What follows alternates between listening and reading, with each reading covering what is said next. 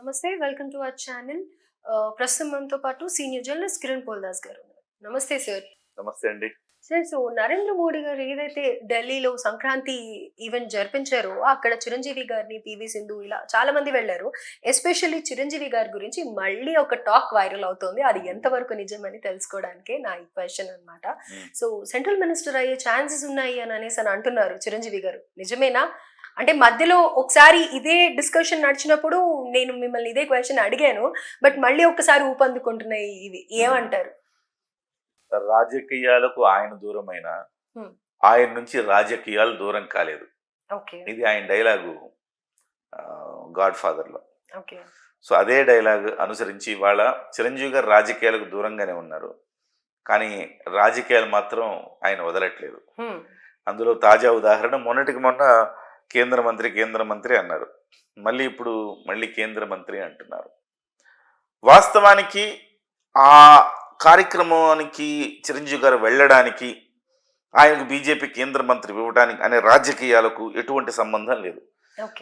గతంలో ఈయన వెంకయ్య నాయుడు గారు ఆయన ఉపరాష్ట్రపతిగా ఉన్నప్పుడు, ఆయన కేంద్ర మంత్రిగా ఉన్నప్పుడు ఆయన ఇంట్లో ఇలాంటి ఉత్సవాలు జరిగేవి.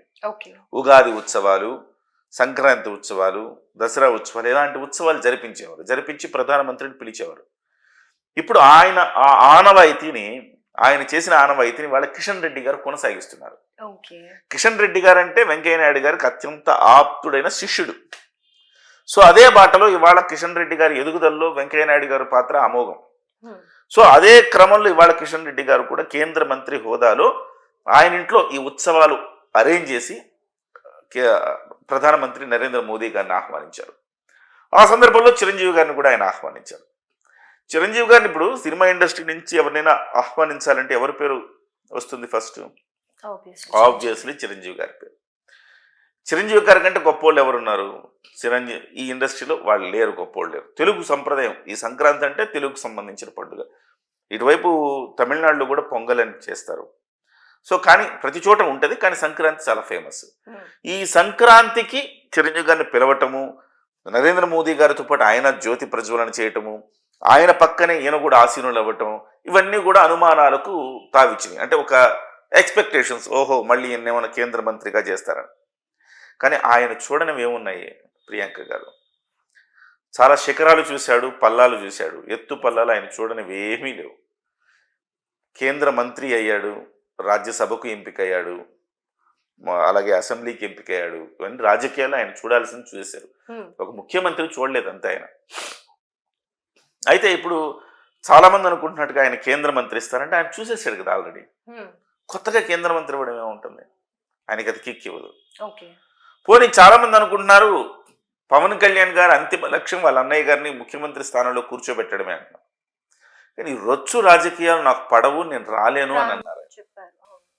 మరి రొచ్చు రాజకీయాలు పడనప్పుడు ముఖ్యమంత్రి స్థానంలో కూర్చుంటే మళ్ళీ రొచ్చు రాజకీయాల్లోకి రావాల్సిందే కదా. సో ఆ రకంగా కూడా ఆయన ముఖ్యమంత్రి పదవిని తీసుకోడు చెప్పినా కానీ. ఇక ఇంకేదైనా ఆప్షన్ అంటే మూడవది గవర్నర్ అంటున్నారు.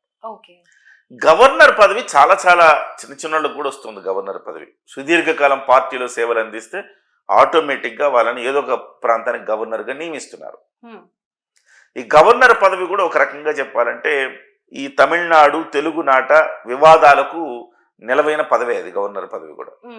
సో అది కూడా చిరంజీవి గారికి చిన్న పదవే అని నా ఉద్దేశం. లాస్ట్ గా అసలు పొలిటికల్ ఎంట్రీ ఇస్తారా చిరంజీవి గారు? చిరంజీవి గారు పొలిటికల్ ఎంట్రీ ఇవ్వకపోవచ్చు, కానీ అంతకు మించిన స్థానం ఆయనకు లభించవచ్చు అని ఢిల్లీ వర్గాల నుంచి సమాచారం అందుతోంది. మీరు ఇంకా క్యూరియాసిటీ పెంచుతున్నారే తప్ప ఎక్కడ మమ్మల్ని ఓకే ఇదేమన్నా వస్తుందేమో అని ఇవాళ కామ్ డౌన్ చేయట్లేదు. చాలా కాలంగా మనం చూస్తూ ఉన్నాం, మనకి రాజ్యాంగబద్ధ పదవుల్లో అత్యున్నత పదవి రాష్ట్రపతి, ఆ తర్వాత పదవి ఉపరాష్ట్రపతి. ఈ రెండు పదవులు ఎక్కువగా అవతల వాళ్ళకి వెళుతూ ఉంటాయి, నార్త్ సైడ్ వెళ్తుంటాయి. సౌత్ సైడ్ అంటే చాలా తక్కువ అనే చెప్పాలి. మన సౌత్ సైడు మనకి రాజకీయాలకు అతీతంగా అబ్దుల్ కలాం గారికి ఇచ్చారు, రాజకీయాలకు అతీతంగా. సో ఆ తర్వాత రాజకీయాలకు అతీతం ఉపరాష్ట్రపతిగా ఈయన చేశారు. ఎవరిని? మన వెంకయ్య నాయుడు గారిని. కానీ ఆయన రాజకీయ నాయకుడు. రాజకీయాలకు అతీతంగా ఎవరిని ఇప్పటి వరకు అలాంటి పదవులకు ఎన్నుకున్నది లేదు, ఒక అబ్దుల్ కలాం తప్ప. అది కూడా అబ్దుల్ కలాం గారు సైంటిస్ట్ రంగం, ఓకే. కళల రంగం నుంచి ఒక్కళ్ళను కూడా చేయరా. ఇవాళ ఒక పెద్ద వార్త ఏంటి ఢిల్లీలో అంటే, చిరంజీవి గారిని ఉపరాష్ట్రపతి చేసే అవకాశాలు ఉన్నాయి ఓ అనేది ఒక వార్త వస్తుంది. ఓకే.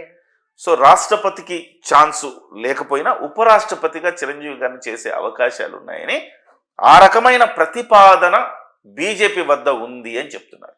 ఓకే. మీరు అనుకోవచ్చు ఎందుకు చిరంజీవి గారికి ఇవ్వాలి. చిరంజీవి అంటే తెలుగునాట ఇవాళ ఒక పవర్ హౌస్, ఎగ్జాక్ట్లీ.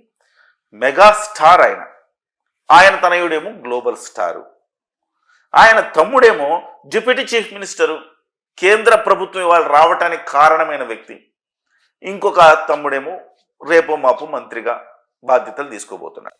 కానీ అది ఒక పర్సన్ గా ఆయనకి అవి ఎలా అదే నేను అంటున్నాను. మెగా ఫ్యామిలీకి ఇవాళ తెలుగు రాష్ట్రాల్లో చాలా పెద్ద ఎత్తున ఫ్యాన్ ఫాలోయింగ్ ఉంది, ఆమోదం ఉంది, ప్రజామోదం ఉంది అని చెప్పాలి. ఈ ప్రజామోదం ఉన్న చిరంజీవి లాంటి వాళ్ళని ఈ రకమైన పదవికి తీసుకోగలిగితే బీజేపీ పట్ల ఒక సానుకూలత వస్తుంది. రేపొద్దున బీజేపీ ఈ రెండు తెలుగు రాష్ట్రాల్లో బీజేపీ కాలు మోపాలి అంటే చిరంజీవి గారికి పదవి ఇవ్వటం ద్వారా వాళ్ళు దాన్ని క్యాష్ చేసుకోవచ్చు అని బీజేపీ లెక్కలు బీజేపీకి ఉంటాయి కదండి. ఇవాళ తెలంగాణలో కూడా బీజేపీ చాలా అగ్రెసివ్గా ఉంది. ఈ అగ్రెసివ్గా ఉండడంతో పాటు తెలుగు వాడికి ఉపరాష్ట్రపతి పదవి ఇస్తున్నాము అని అంటే కనుక తెలుగు వాళ్ళలో కూడా ఒక ఫీలింగ్ ఉంటుంది లోపల. డెఫినెట్గా బీజేపీకి సానుకూలంగా మారచ్చు.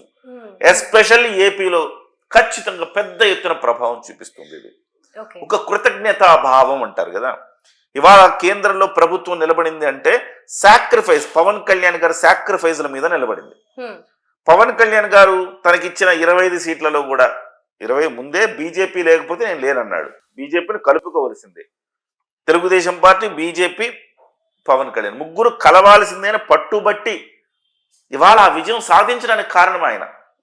వీళ్ళిద్దరూ అటు ఇటు తలో దిక్కు చూస్తూ ఉంటే ఇద్దరిని కలిపి ఇక్కడ తీసుకొచ్చి ఓటు చీలనివ్వనని చెప్పి ఇటు ఒక సెటప్ చేసి బీజేపీకి ఇక్కడ ఏపీలో ఊపిరిలుదాడు.